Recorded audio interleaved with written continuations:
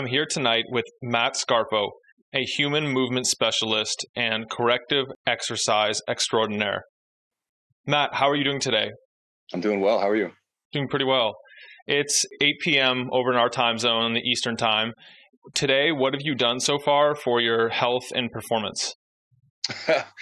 All right. So today's kind of an interesting day. I actually went to the hospital. I checked myself into the ER last night at about 10 o'clock because I thought I was having heart palpitations. And after all of the blood work came back, turns out that fortunately I don't have a heart problem. I've got rhabdo. So it was a mild enough case of rhabdo that they could discharge me. So for my health today, I just took it easy. It's uncharacteristic of me. I usually do a lot, but today doctor's orders don't do anything. Smart, playing it by ear, and rhabdo is a subject we will unpack a little bit, especially amongst the athletes, the hard-charging folks. It's a real issue. CrossFitters too. That's it. So what's taken you to this point? Why? Yeah. So I'm an amateur endurance athlete. I'm 42 years old and trying to outrun the Grim Reaper at this point. And one of my guiding philosophies for personal fitness is, if and when I do pass, I don't want it to be on a body that that hasn't taken its lumps. I want to drive this thing until the wheels come off. I do it in a responsible way, but I certainly look for new and interesting ways of challenging myself. I'm an ultra runner. In my own personal workouts, I do, a number of different endurance feats, and, I'll pick one exercise and do it for an hour and a half sometimes. But, I've been in the fitness space for 22 years professionally, probably slightly longer recreationally, and really just following my own curiosities of how this machine moves and how it works to, how can I maximize my potential and ignore the voice in my head that says, you've probably done enough. And one thing I've certainly realized is that there's another side to this coin. And for those of us that are fortunate to flip it over and see what's there, it's truly a space of unlimited potential. So I challenge myself, with the exception of today, each and every day, and I look for new ways to try to prove that theory wrong. And I've yet to find one. Relaxing can be a challenge in itself, and sometimes it has to go on the calendar, be scheduled in to get adequate attention. Mm-hmm. On one of our previous conversations, you mentioned the body as being a combination of ropes, pulleys, and levers. Can you elaborate on that? Yeah, absolutely. So my forte in the fitness space is the human machine, human movement, particularly the way that it moves, the way that it accepts and redistributes force, and how to mechanically work around injuries or accommodate those injuries. So hopefully at some point in the future, they just don't exist anymore, or at least they're not even on our radar. So the best way for me to describe how the human body moves and it helps me help my clients visualize it is that the machine itself is really made up of ropes, levers, and pulleys. Ropes being the muscles, lever arms being the bones, and pulleys being the joints. And I think that once you can visualize it in that way, it opens up a whole lot of doors when it comes to thinking about what proper form might look like, might feel like, and what things we could do to maximize this machine's potential and maximize this machine's ability to do the things that we ask it to do for us. When you work with someone, are there typical things that you find that once they understand the ropes, pulleys, and levers analogy, that they're able to change? Absolutely. Absolutely. And I think that it works very well because that kind of analogy, that specifically that analogy helps us put into place these lines of similarity between movements that we wouldn't think necessarily would be related. So for example, a chest press and a squat, completely different parts of the body, completely different movement systems. But when we think about the mechanics of it, it all boils down to movement economics and movement efficiency.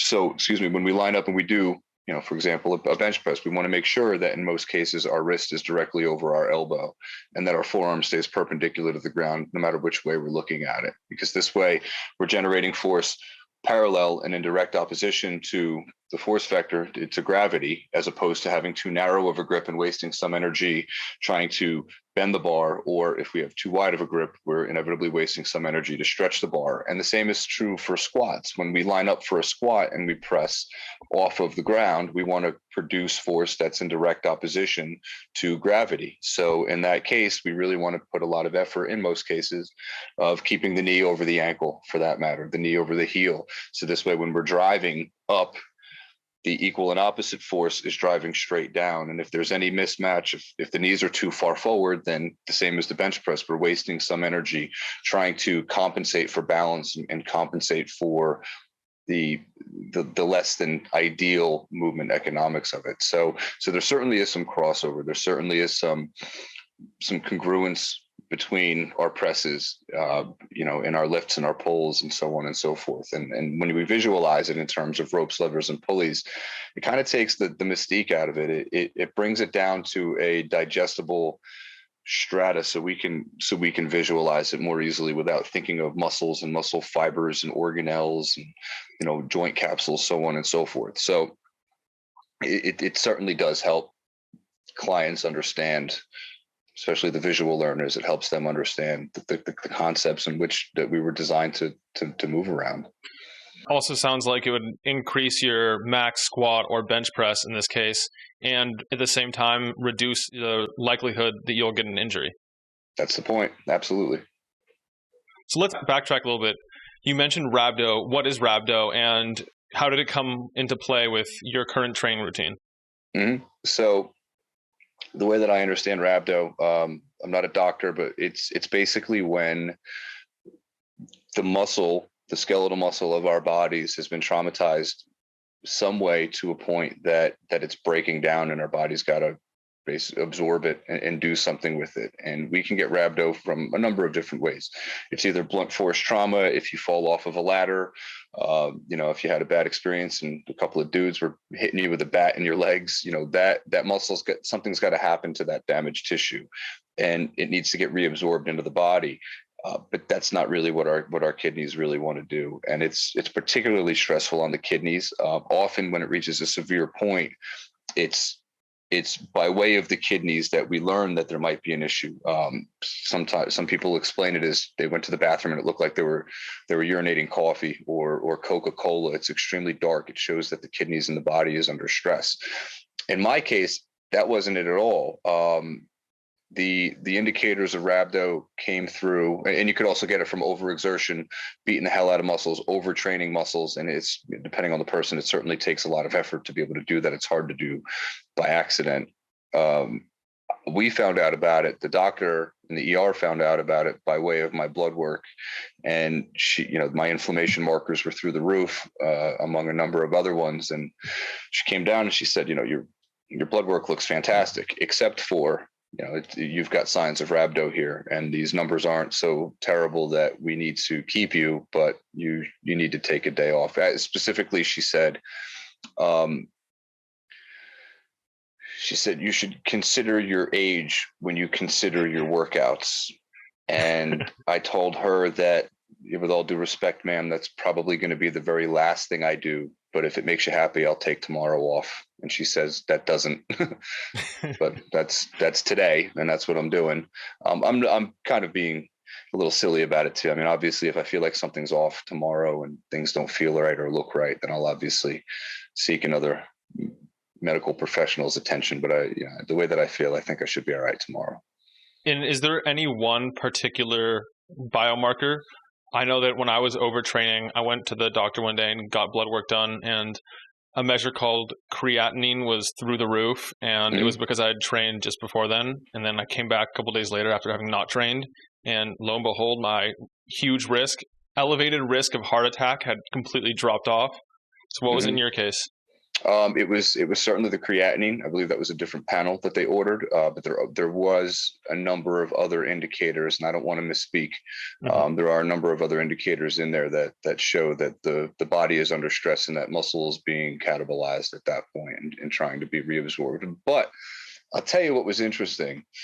So I'm laying in the hospital bed, and because of the medical system here in New Jersey, I don't know if it's like this anywhere else. Whenever there's a lab that comes through or a test result that comes through, I get it emailed to me, and I can go to my online portal and view the results of it right away. So I'm getting the results of the lab before the doctor had come back. So, and I'm kind of familiar with what some of these things mean. So I'm reading through it. I'm taking mental notes. The things that I didn't know, I'm looking up online. And what I found in my own curbside research was that my red blood cell count was up, my lymph numbers were up, that there was something funky going on with my mitochondria and the red blood cells that were carrying the mitochondria. And I took a look out online, and I came across an article, and it turns out that Sherpas that work at high altitudes, Kilimanjaro, Mount Everest, and so on, their numbers are pretty similar to what my numbers were during this test.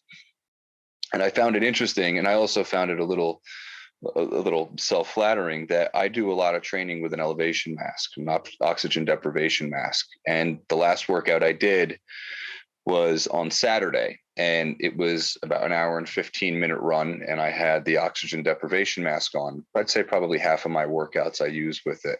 And some people say that it's hocus pocus and that, it doesn't really do anything and so on and so forth. I have looked into the science, and from what I've read, it does actually. But this was the first time that I got to see the blood work, and I could draw a correlation between the people that work at high altitudes and live at high altitudes and the accommodations that their bodies have to make in order to survive in an environment like that. And while I'm working out on my own, simulating that environment, on some days of the week, I saw those same numbers change. And for me, that was validation that, wow, this shit really does, this shit might actually do something. So that was pretty interesting. That sounds like a pretty hefty run. How did you get started with endurance running and those long distance types of events in the first place? I was never really much of a distance runner. About 10 years ago, I started to get into running. And the reason why I got into it was my wife and I had just gotten married. We planned on starting a family. And up until that point, for me, it was largely aesthetics. It was bodybuilding. It was strength training. I didn't really do much legs like a lot of people. I just really wanted big beach muscles. I wanted to look tough. I wanted to feel tough. So 10 years ago, I'm in my early 30s, and I had to make a decision that I want to be able to see my children grow up and live as much of their lives as possible. And in order for me to do that, I needed to focus not on the aesthetics of exercise, but more so on the benefits to longevity and just being fit in general. And that's a hard pill for somebody to swallow that weighs 205 pounds and they're jacked and they're ripped and this is the identity that they've built. This is the identity that they've chosen. That was me. So I made the decision that I was going to be fit, and I'm going to work out to be fit. No matter what that looked like, I had to be okay with it. And if that meant that I was lighter, that meant that I was lighter, but I would have to start doing things to improve my overall health. So I started running. I remember it took me about a year to finally break through 3.5 miles, 3.25 miles of 5K. And I remember the first time I ever ran that far, I came in, I told my wife, I'm like, I don't know why the hell anybody would ever want to run that far. It sucked. I committed to doing it. So I continued to do it. And just like anything, I began to challenge myself a little bit more and a little bit more. And I got myself up to 7 miles, 8 miles, 9 miles every once in a while.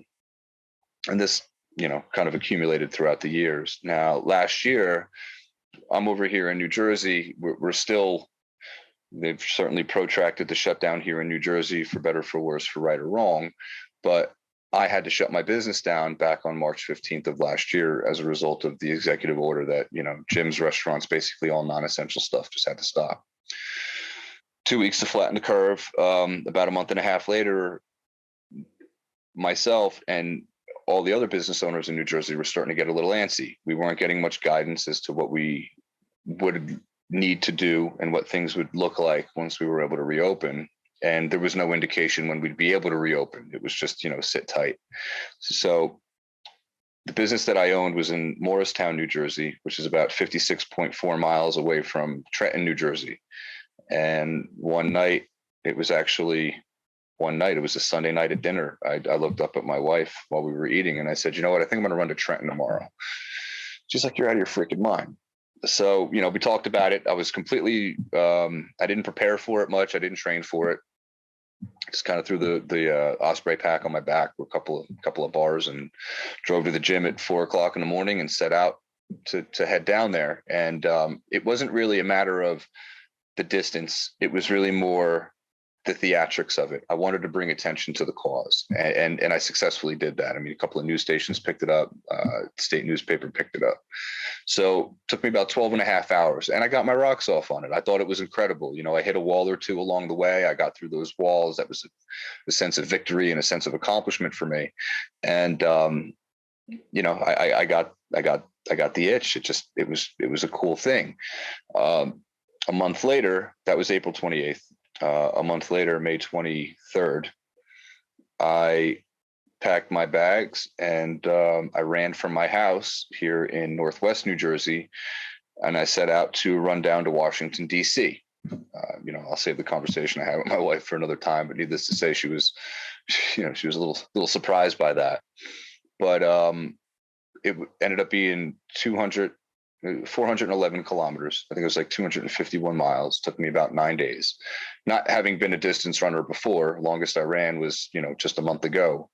And 9.5 days later, I got down to Washington, D.C. and I hit, you know, different walls, you know, different barriers, physical barriers, mental barriers, spiritual barriers. I mean, to be out on your own for that long in pain alone, you know, puts you in a really interesting place and gives you some, you know, some demons that you have to go back and fight again that you thought were long gone. And after I had done that, I said, you know what, I guess I kind of found myself being an ultra runner, and started doing that. But with regard to other endurance activities, I've always been a fan of walking lunges.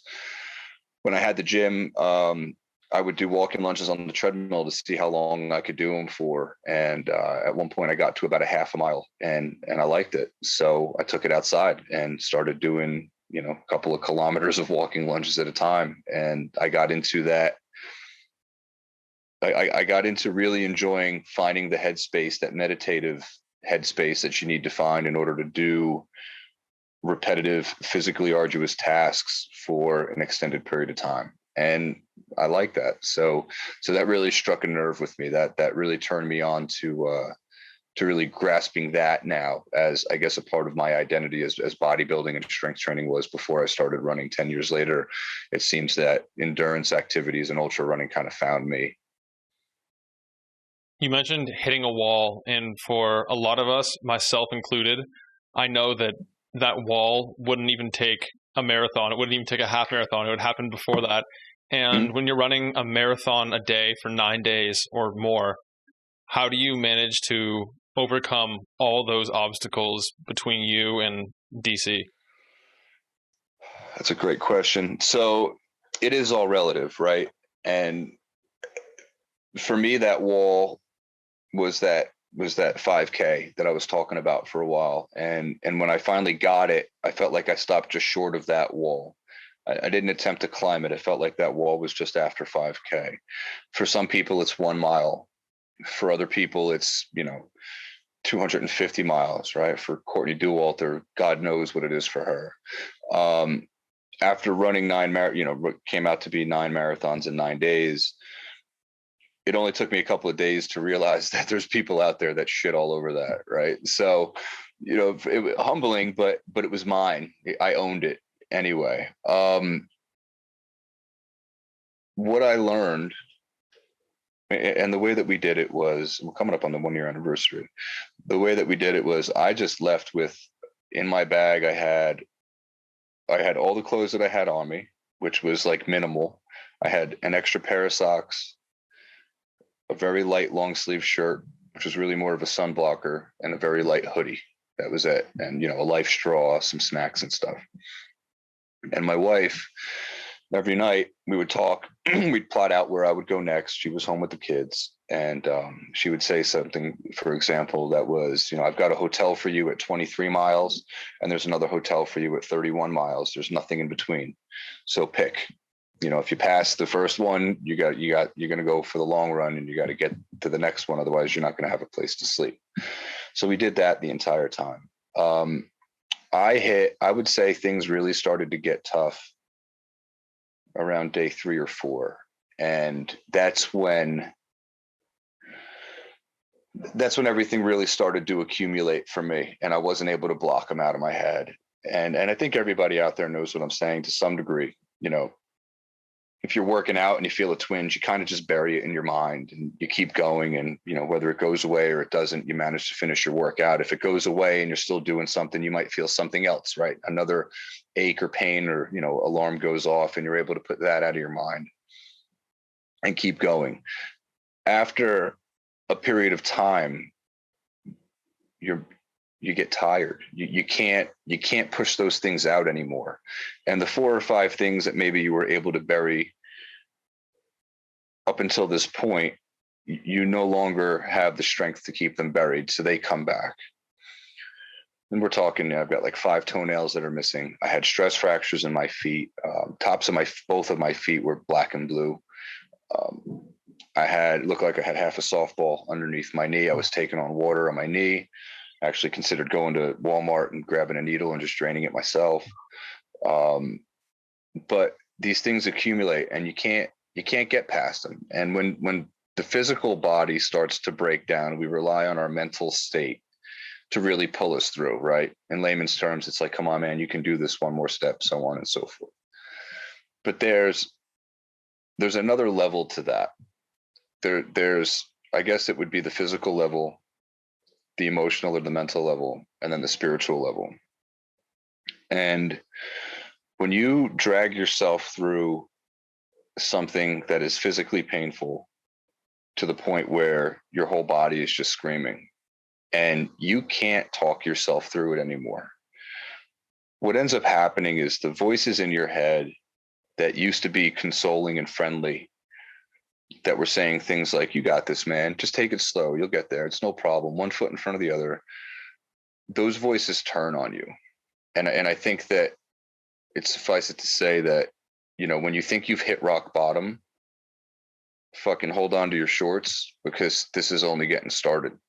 Rock bottom is so much farther down than a lot of people realize.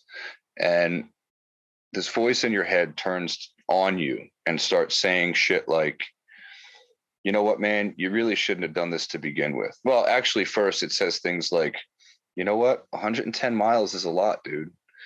You did good. A lot of people would respect you for 110 miles. You can call your wife up right now. She'll come and pick you up.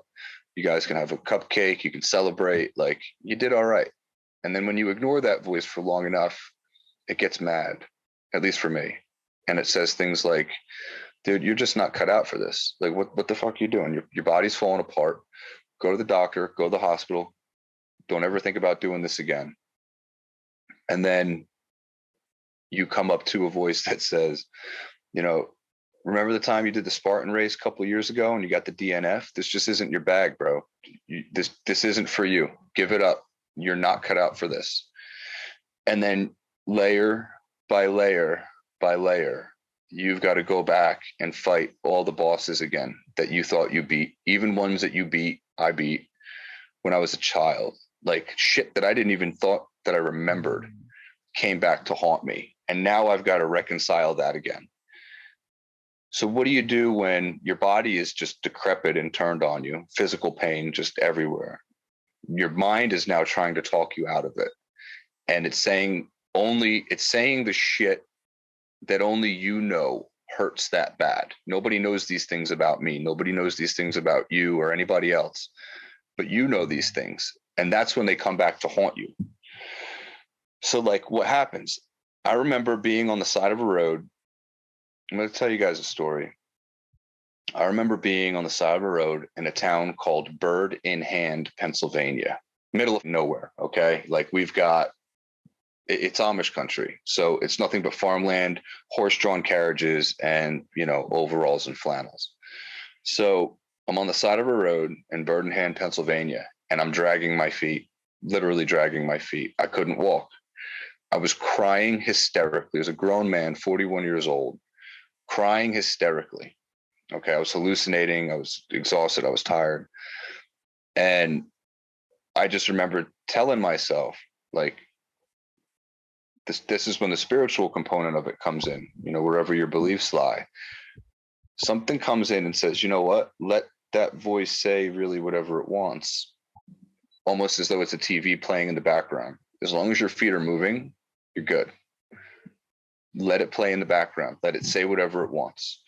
One foot in front of the other is going to get you there. And, then it would flash back and, painful stuff would come back and nope, let it talk. It's fine. Just let it say whatever it wants. So I'm crying on the side of the road. I've got my head in my hands. I remember I've got tears dripping off of my elbow. And I get a phone call. Now, this is a day after the whole George Floyd thing started. Okay. And there's it's relative in some degree. My phone rings and it's a friend of mine. It's a friend of mine that I haven't talked to in years. We're friends on Facebook. We follow each other, but my phone hasn't rung with his number on it, never. The phone rang. I'm like, I have to answer this. He's a Black friend of mine. So, climate considered, everything that was going on at the time.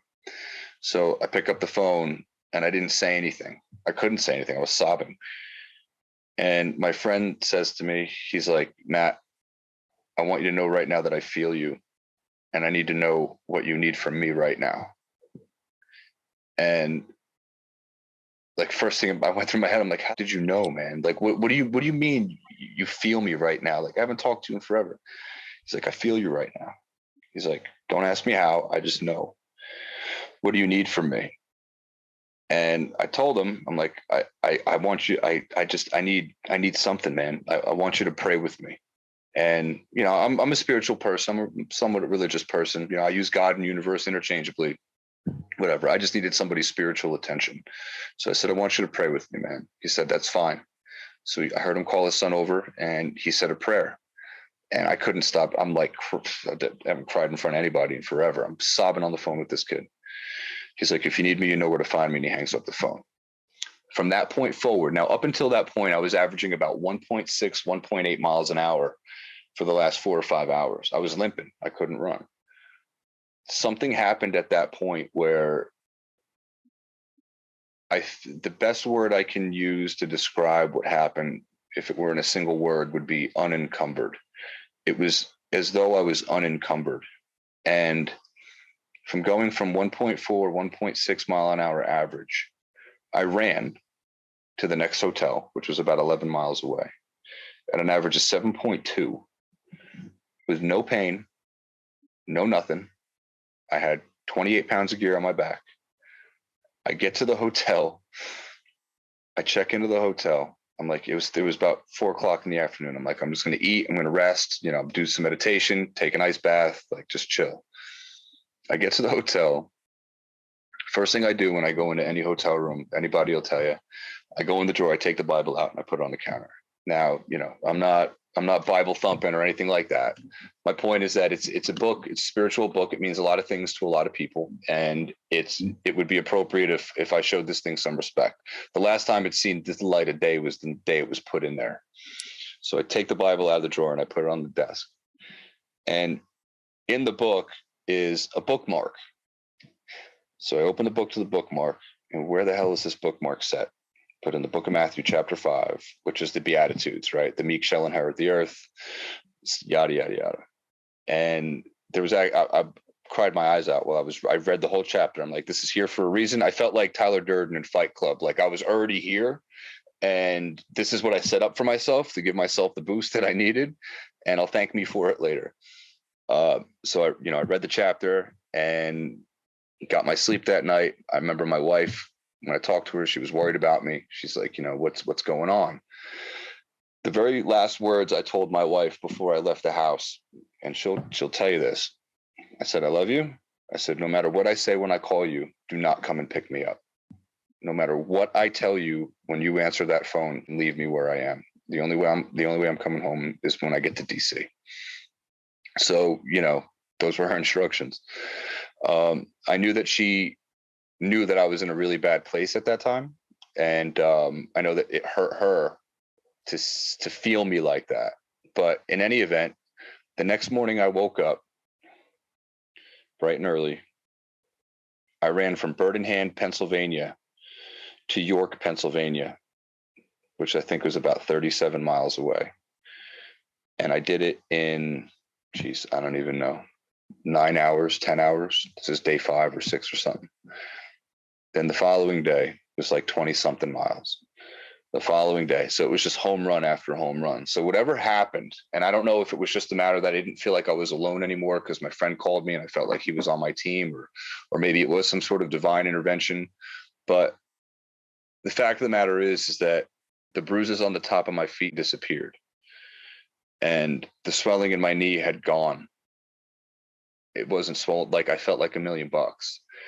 And what that taught me, just in terms of a mindset and a performance sense, is that the universe doesn't do favors, right? You could ask the universe all day long, please let me get an A on this test. Please let the check be in the mail today. The universe doesn't have time for that shit because there's 7.5 billion people begging for little stuff like that. What the universe does is miracles. And you don't have to say you believe in miracles or in the universe or whatever words you want to use. You just have to demonstrate that. And I got up that next day and I hit it like a bat out of hell. And I felt like whatever power governs this whole show said, you know what? We can't stop this guy. He's just going to go. So let him pass. And from that point forward, I realized that it's not just me, it's anybody. Like if you put your head in a place where this shit is already done, and what you're doing is you're just basically satisfying the requirements of a past necessary for you to have accomplished a particular goal, you just turn this thing off and you'll get there. Just let your body move through time and space as it's supposed to in order to create the past necessary for you to achieve what it is, the goals that you set. And you could literally do everything. It's when you second guess it every step of the way. Ouch, this hurts. Maybe this isn't a good idea. Ouch, this hurts. Maybe I should stop doing this. Man, I don't know if I could ever accomplish anything like that. Like that's poison. But if you set your heart on something, it's almost like the universe conspires to make it so for you. But you've got to prove that you're worthy and you're not just one of these people that keeps your fingers crossed in hopes that, you don't hit any red lights on your way to work today. And that's really the biggest lesson that I learned from running down there. I felt like once I showed that I wasn't going to stop and that I was going to keep going no matter what, the fucking Red Sea parted and I made my way right to where I was going without a problem. And then I arrived in DC the day after the George Floyd protests got there. And, that was quite an experience in and of itself. And I feel honored to have seen that and been a part of that piece of history. But in any event, that's kind of how I got it. I guess that's the long answer to how did I get into endurance stuff and ultra running. But that's really what set it off for me and just proved to me that anything's possible. And I've taken that to the nth degree. So, workouts of 1,500 tire sledges, takes me an hour and a half, or, I'll hop on the rower and I'll do a 1 hour sprint, 15,000 meters with the oxygen mask on, knowing that as long as I just keep trying to stay ahead of it, that it's not going to catch up to me. And, I guess it's that mindset that really put me in a place where I found myself in an ER last night, and I found out that I've got rhabdo, and they sent me home. So I guess it can't be all that bad. Maybe one level before rhabdo, it sounds like you've been able to find meditation through intense, grueling, soul-sucking workouts. And were you born with that ability to just shut down the voice in your head, doubting around every corner? Or did you cultivate that somehow? I don't know the answer to that question. But what I do tell myself and remind myself is it's a line that I repeat over and over in my head, and that's bury it fast and bury it deep. Just get it the fuck out of here. So, if I'm running and I feel something hurt, you get a stitch in your side, and that'll drop anybody. I get a stitch in my side right away. I tell them, I'm like, bury it fast and bury it deep, get it out of here. There's not even language of words for it. It doesn't exist. Pain is just a sensation, just like temperature, just like smell, just like anything else. Bury it fast and bury it deep. And I don't know if that's like a protective mechanism of, something that I learned when I was a child because of, whatever reason. I don't know. I know that our tolerance to pain is very much like our tolerance to cold. It's something that we acquire. Some people are freezing cold when it's 62 degrees out. Some people are sweating when it's 62 degrees out, and it can go either way. You can, why do we turn the heat on in the wintertime to 68, but in the summertime we turn the air on to 62? Wasn't 62 good enough in the summer? It should be good enough in the winter. So it's almost as though our headspace around any particular activity really sets the boundaries for what we're going to find to be acceptable or not. And if you can put it out of your mind long enough and not give it an opportunity to say the things that it wants to say, you basically neglect it from being part of the conversation, and you stop it from having a voice, and you just bury it fast and bury it deep. Just get it out of here. I too learned at a young age that pain is a sensation that we can override and over time, like cold or heat, build tolerance to. And at the same time, there's a side of me that thinks in some situation, pain is warranted and it might not be a good idea to override it. Mm-hmm. How do you balance the two? How do you know when it's a good time or when you should listen to it? I agree with you 100%. And it would be foolish not to, right? I mean, you're not going to keep your hand on the stove and think like I could think myself through this. So, I don't know the answer to that question, but what I believe is that in large part, we all choose the thing that's going to kill us. We all decide what we're going to die from. And it's the thing that we fixate on, and we continue to remind ourselves that it's a problem. And because we continue to remind ourselves a problem, I feel like that manifests itself in the quantum field or whatever it is. The universe hears it and says, okay, well, if that's what you want, then that's what you get. If we think about it, when we're a young child and we bang our elbow on the table, and I've got 3 kids. When I see them bang their elbow on the table, they'll cry about it, they'll whine about it, they'll bitch about it until something else grabs their attention, and then they're off. That's going to happen a certain amount of times until it just never really matters anymore. Here you and I are, right? We're pretty fit guys. I like to think, we're somewhere on the alpha spectrum. And when we bang our elbow, we don't even think about it. But the brain still interprets that the same exact way. If you hooked you up to a brain scan, the brain scan that the waves that would create when you banged your elbow when you were 5 years old and the waves that it creates when you bang your elbow right now are exactly the same. Okay, what's different is the way that we interpret it. Now, if we didn't find a way to bury it back then, it would still bother us to the same degree, and we'd all be whiny babies. But if we convinced ourselves that we have an elbow banging problem and that every time this happens, it hurts really badly, all we're doing is solidifying that in our own psyche and our mentality that this is a problem. It is meant to be a problem. It will always be a problem, no matter what. And because of that, we're always going to have elbow problems throughout our entire life. So how do I balance it?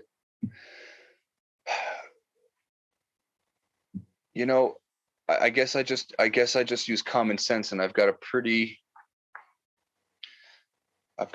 low aversion to risk. So I'm willing to try anything a few times. And I think like a lot of athletes out there, that the first handful of miles are a liar. You'll run, your feet will hurt. Probably in your first 3 or 4 miles, you've come up with a dozen reasons why you could stop, and it would make 100% sense.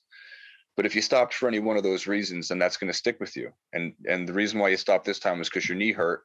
It's going to hurt again next time. It's going to hurt again next time. And then eventually you're going to get it scoped and find out you have arthritis, and now you're going to have surgery, and now you got knee problems for the rest of your life. Or you can just ignore it and say, well, what's on the other side? Can I run through it? How high of a threshold do I have? And when you run through all of those little ails and all those little pains for the first couple of miles, lo and behold, you're at mile 6 or 7, and there's just a general suck to it. there's nothing in particular that really hurts anymore. So if we were to have taken any of the off-roads that we had during those first handful of miles, because it was my foot hurt, or I've got shin splints now, or, you know, I've got a cramp, then we would have never have realized that those really are inconsequential to the overall goal in and of itself. So I give myself the opportunity to just explore that and see how far I can push it. I mean, you know, when you can't go on anymore, and you know that the body's just not going to move that way. But if it's just coming from your mind, if it's just an ethereal sense of pain and discomfort, then that's subjective, and it's variable depending on the day. If it's a true and real sense of pain that's causing you a number of issues, or any number of issues, then that's something different. But I tell my clients, pain is never okay. Exercise is supposed to be uncomfortable. You draw the line wherever you want, but I want you to challenge yourself, because there's things about you that you don't know yet. So explore it. Don't be afraid to take it a half a step too far. So, you know, I'm not afraid to take it a couple of half a steps too far to see what's on the other side. And just in my own experience and trying out a number of different things, I know that so far, 99% of the time, I'm full of shit, and I can just keep going. As long as I stick it out for long enough, all the problems I think I have just go away. So I think it's part low aversion to risk. I think it's part, you know, probably part stupidity. And at the other time, on the other side of things, it's also an effort to explore my own potential, you know, my own abilities. And if I stopped every time it got uncomfortable, I would have never have gotten off the couch 22 years ago and decided to do something different. Your mind processing pain is also a shortcut, an easy way out for it, so that if it registers this is painful or makes you think it is, then all of a sudden it doesn't have to work as much. So then that threshold, if you're not aware of it, instead of building, it goes down. What's your take on supplements, compounds, pre-workouts, post-workouts, intro workouts, all that stuff? I'm going to assume, given your story, that you don't regularly use it. No, I used to when I was really into more weightlifting, but now that I'm just into overall, you know, cardio, strength, high intensity stuff, mobility stuff, I don't take anything. I don't really recommend very much either. I think the things that we convince ourselves that we need end up becoming the reason why we fail in the long term anyway. You know, I didn't have my pre-workout, so that workout sucked. It's all placebo. I mean, sure, there's some physiological benefit to it. It's measurable. You know, cell volume increases and circulation increases, metabolism increases, and all that. But you don't need any of that. You don't. Does it help performance? It might help immediate performance, but I think in large part, it's really no different than wearing a back brace or wrist wraps or platform shoes when you deadlift. We're using it to shore up our weaknesses when weaknesses is in fact what we need to be developing. So if your grip strength sucks, that's not an excuse to get wrist wraps and go heavier. That's an excuse to improve your grip, your functional grip strength, and just be a better deadlifter. You know, if you need these shoes that mold to the bottoms of your feet and give you a perfectly flat surface to connection to the floor, I don't think that you're really deadlifting. You're really not that strong. You're not as strong as you represent yourself to be, because you need a back brace to keep your back from falling apart. You need knee wraps to keep your knees from exploding, wrist wraps to keep your grip strength going on, and platform shoes because, I don't know, you like to wear heels when you deadlift. You know, that to me just shows me that you're not that strong. You might be able to pull the bar off the floor, and if those rules are legal in the competition, then that's fine. But at the end of the day, you're not functionally strong. You're taped together. You know, what's next? You're going to have somebody lift it for you? Like, none of that shit really helps you in any way. It helps your ego, but in terms of overall performance and functional performance, it doesn't do anything.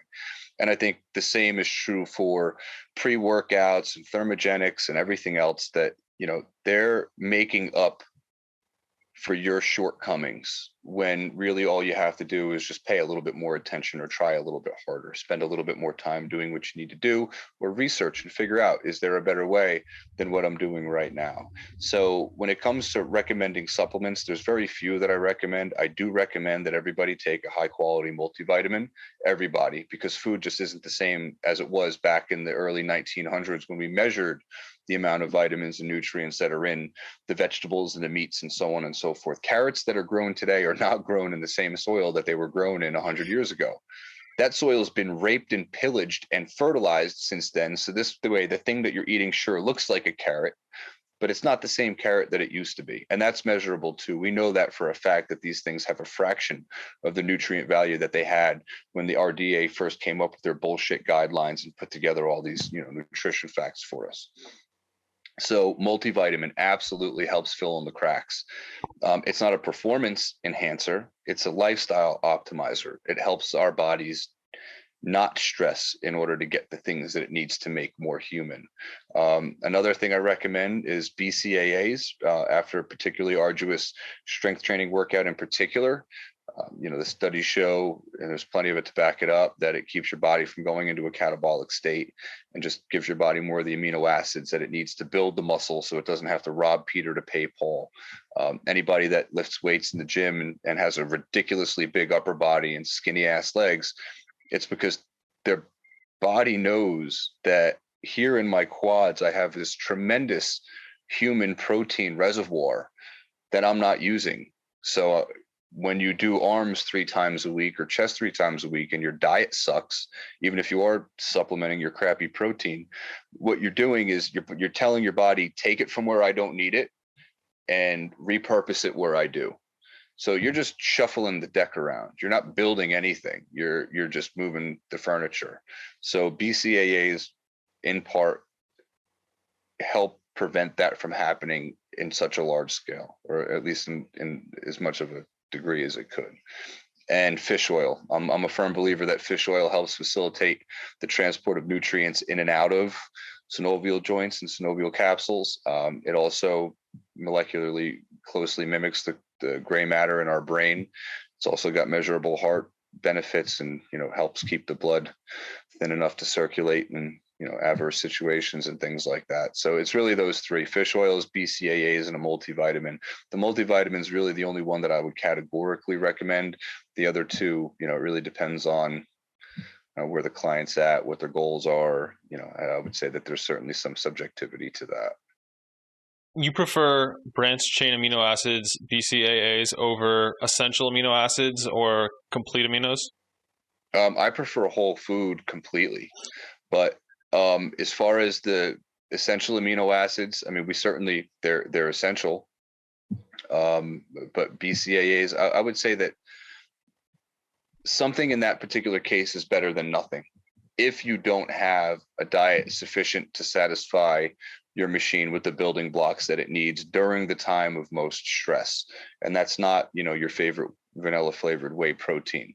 That's literally the flavorless building blocks that your body can kind of piece out and, put where it needs to get you to your next meal, or to get you to your next whole consumption of whole foods that are born of the substances that they come in, like eat the whole piece of meat. Don't just supplement the protein.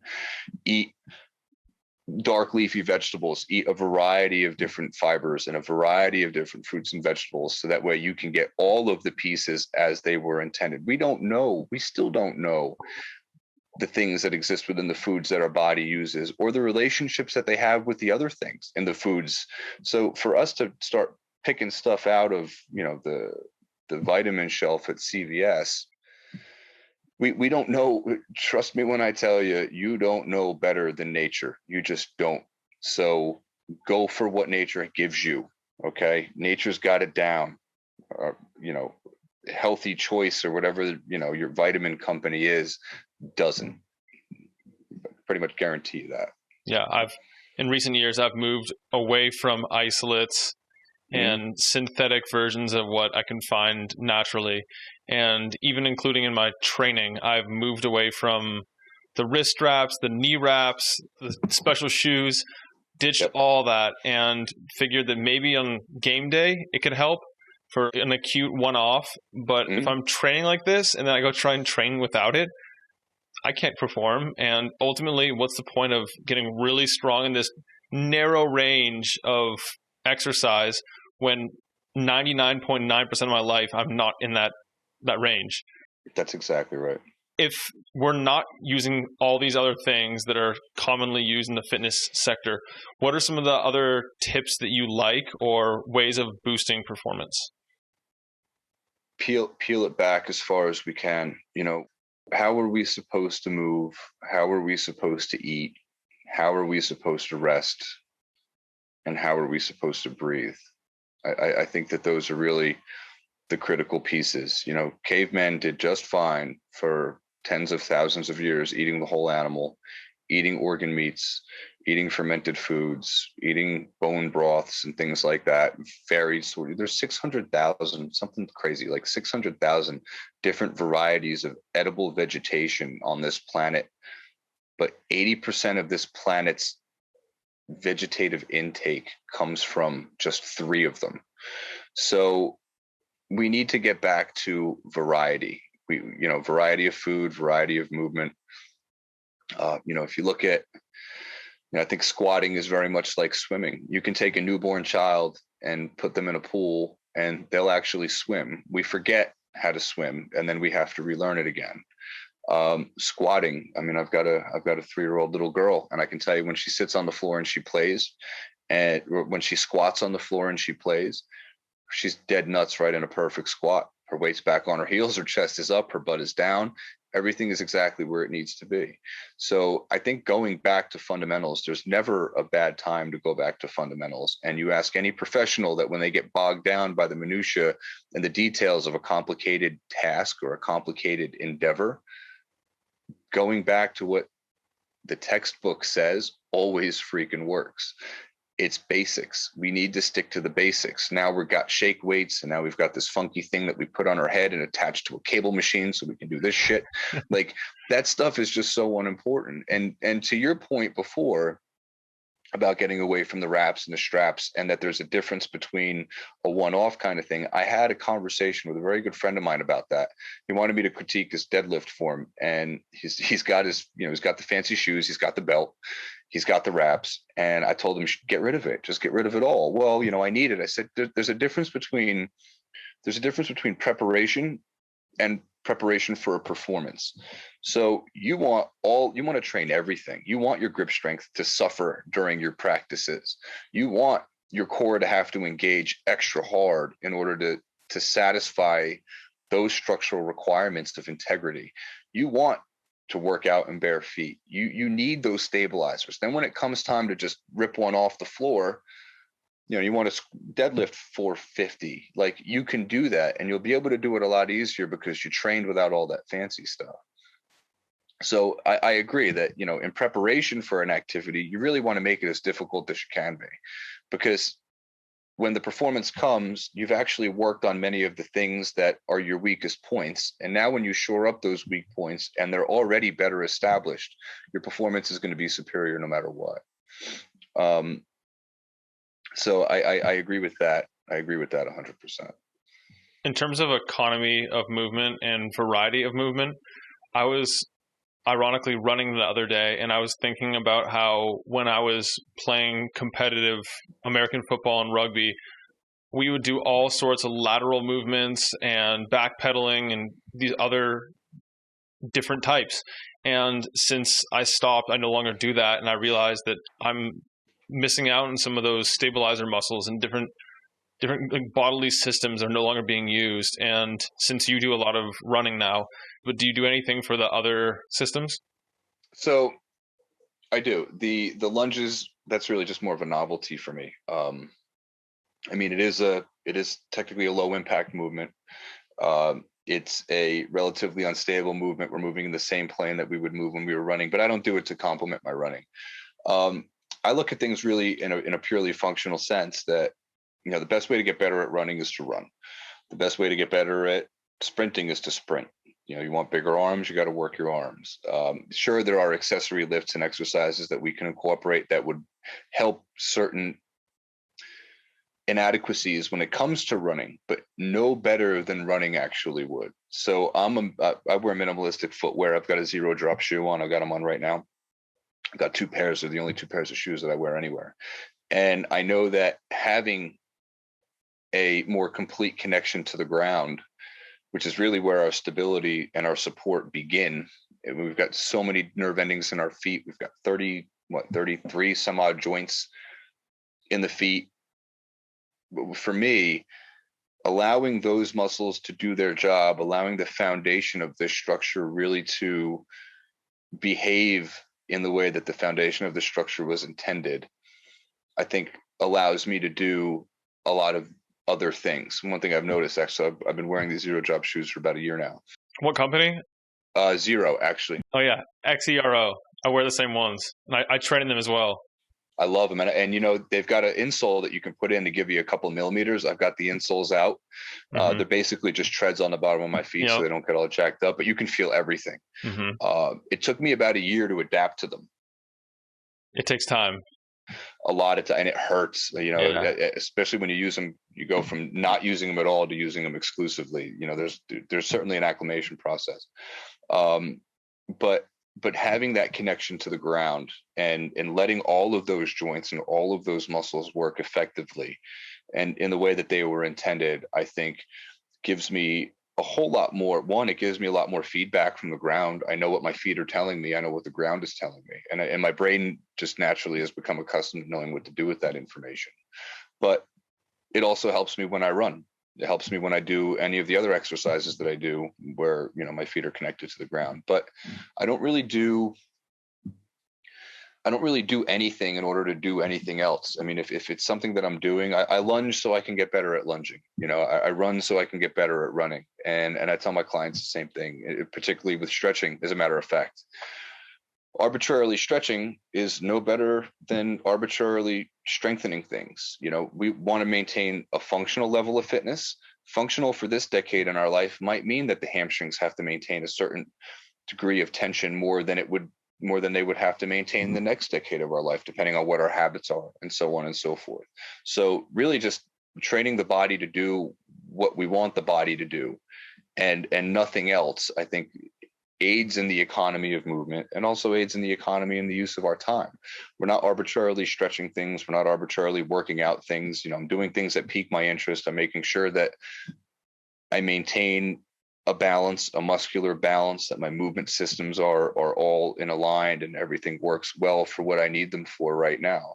But, I don't know. And when I hit 50, I might want to be a trapeze artist, in which case my legs aren't going to mean anything to me anymore. And it's going to be all upper body stuff that I'm going to focus on. And then I will.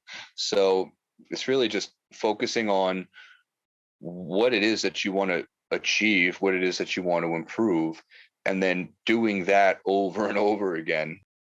So it's a compatible plan, and then also it fits into whatever you're training. So if you want to run, you run. If you want to lift weights, you lift weights more. Mm-hmm. Yep. Back to the whole simplicity idea. Right. Well, Matt, it's getting late over here. I do have one final question for you. But before we get to that, how can my audience that's interested connect with you and find you on social media? Thank you for asking. So you could find me at Matt Scarfo just about anywhere. MATTSCARF as in Frank O. I'm Matt Scarfo on Instagram. I'm really active on Instagram, YouTube. I'm getting my game up on YouTube. You can find me on YouTube, Matt Scarfo, LinkedIn as well, Matt at mattscarfo.com, or you can just Google Matt Scarfo. I'm pretty sure I'm the first thing that pops up when you do that.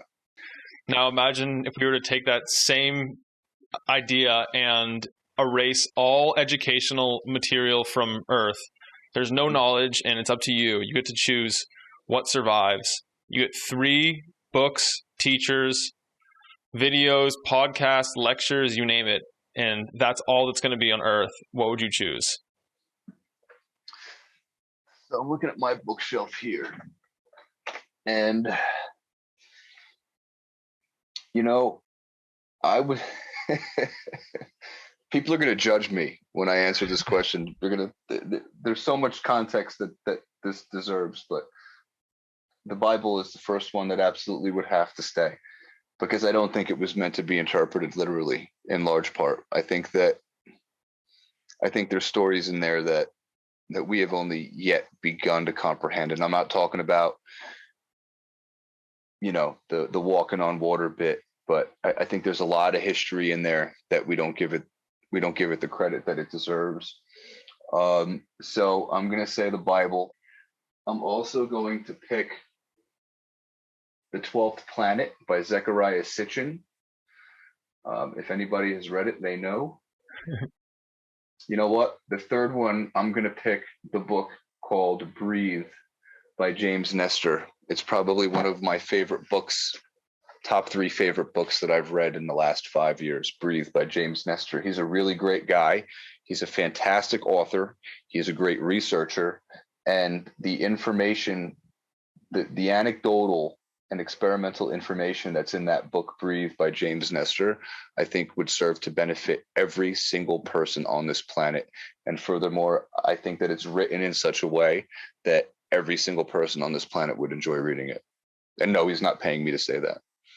That's the one on your list that I've thoroughly read from page to page as well. And lots of practical tips in there. Breath work goes far beyond just the Wim Hof method, although I like that one too. Yep. But that's a good list, diverse list. Yeah, and interestingly enough, the Bible and the 12th Planet, there's some congruence between the two. If you're bold enough to read them both, I think that you'll agree. I like it. Well, Matt, it's been a pleasure chatting with you today, and I look forward to reconnecting down the line. Yeah, I really appreciate your time and attention, and thank you for your audience for listening. Thank you. I hope that this has been helpful for you. If you enjoyed it, subscribe and hit the thumbs up. I love knowing who's in the 1% committed to reaching their full potential. Comment 1% below so that I know who you are. For all the resources and links, meet me on my website at mindbodypeak.com. I appreciate you and look forward to connecting with you. As a reminder, the information depicted in this video is for information purposes only. Please consult your primary healthcare professional before making any lifestyle changes.